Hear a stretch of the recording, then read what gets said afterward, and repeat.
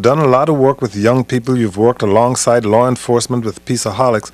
Tell us what you think about some of the other big issues before the council, like education, public health, jobs. Let's start with the schools. Well, I'm about to get to ethics. Okay. So if we talk about jobs, I'm appalled that, we have all this development going on in our city. We had over $2 billion worth of construction in Ward 7. Very few of the residents of Ward 7 were employed. And I just get tired of hearing people say that our residents are unemployable. I know of 25 electricians who went to Homeland Security and applied for a job who were union electricians, and not one of them got a call back. And which was more appalling about it, none of them had a record.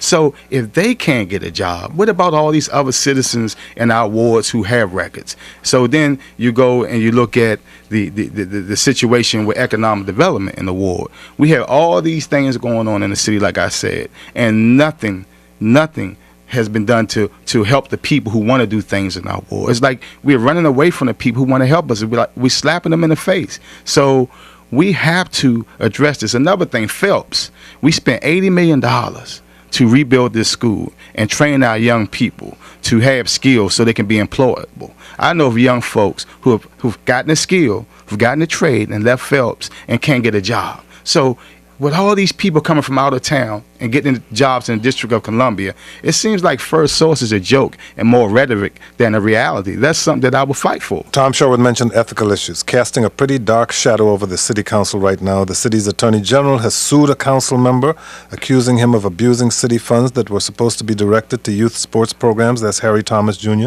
You run a nonprofit that's benefited quite a bit from the city's earmarking process.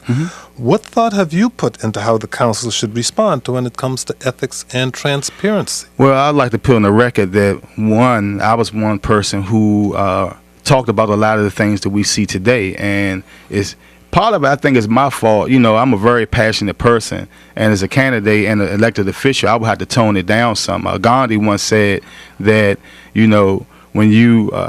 when you're talking about the real Gandhi, you're not talking about Nat Gandhi, the chief financial exactly. officer. Make sure which spiritual Gandhi you're talking about. Mahatma Gandhi. Yes. He basically said, when you correct people and you teach people, you have to do it with love. And sometimes I did it with a lot of passion, which was love, but some people didn't take it as love. So I think a lot of people didn't listen to a lot of the things that have come true that I've said. So I know that's something that I will have to change, and I have changed it, and I'm willing to change to be a public servant.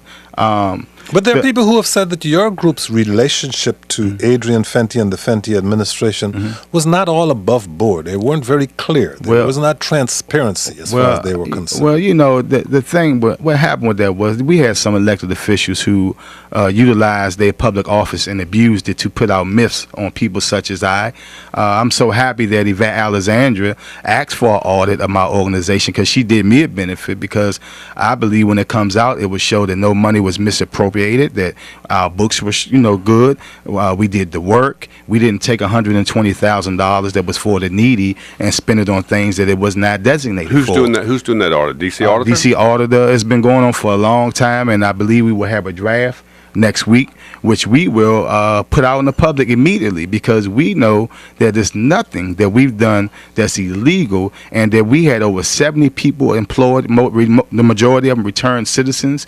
We had over 161 children in college. We did 29 truces, and let me go back. And the audit is going to say all of that? Well, the audit will say a lot of it. I mean, the audit, mainly, you should have seen the questions. I would ask anybody to go on the web, on Google, Yvette Alexander letter where she asked for the audit of the peaceaholics, and you would see that it was more political than about really getting to what people wanted to know. But like I said, this audit will clear up a lot of speculation, and I'm so happy that she did it, because I believe that the citizens of the District of Columbia have the right to know where every dime of the District of Columbia goes and where it's spent. And I'm here to say that millions of dollars have gone through the trust, and they have not gotten paperwork and got the right reports to show what people have done their work. But we have, and those people have still gotten their money, and they still holding our money up, and we've done the work.